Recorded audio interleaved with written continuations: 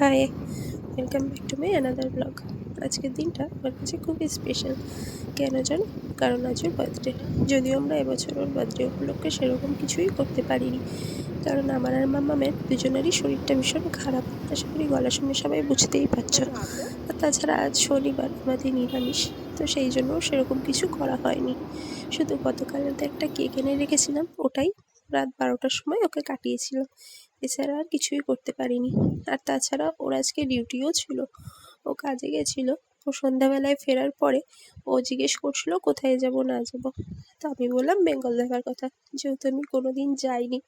ওর মুখেও শুনছিলাম, এছাড়া কম বেশি ফটো ভিডিও দেখেছি। তো বেশ কয়েকদিন ধরেই ইচ্ছে করছিল যাওয়ার জন্য। তো আমরা চলে গেছিলাম রুফটপে।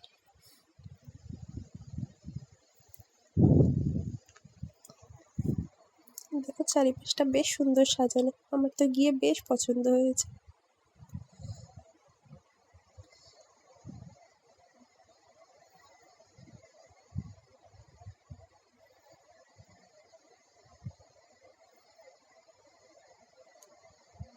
দেখো উপর থেকে কি সুন্দর লাগছে দেখতে চারিপাশটা।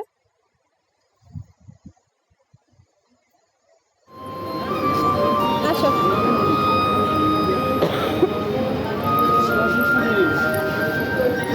মামা, আসো।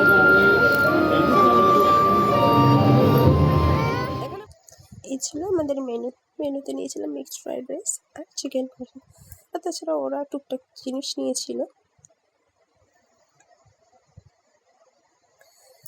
আমার তো খাওয়া দাওয়ার থেকে ওই অ্যাম্বিয়েন্সটাই বেশি ভালো লেগেছে। তোমাদের কাদের কী ভালো লেগেছে জানিও।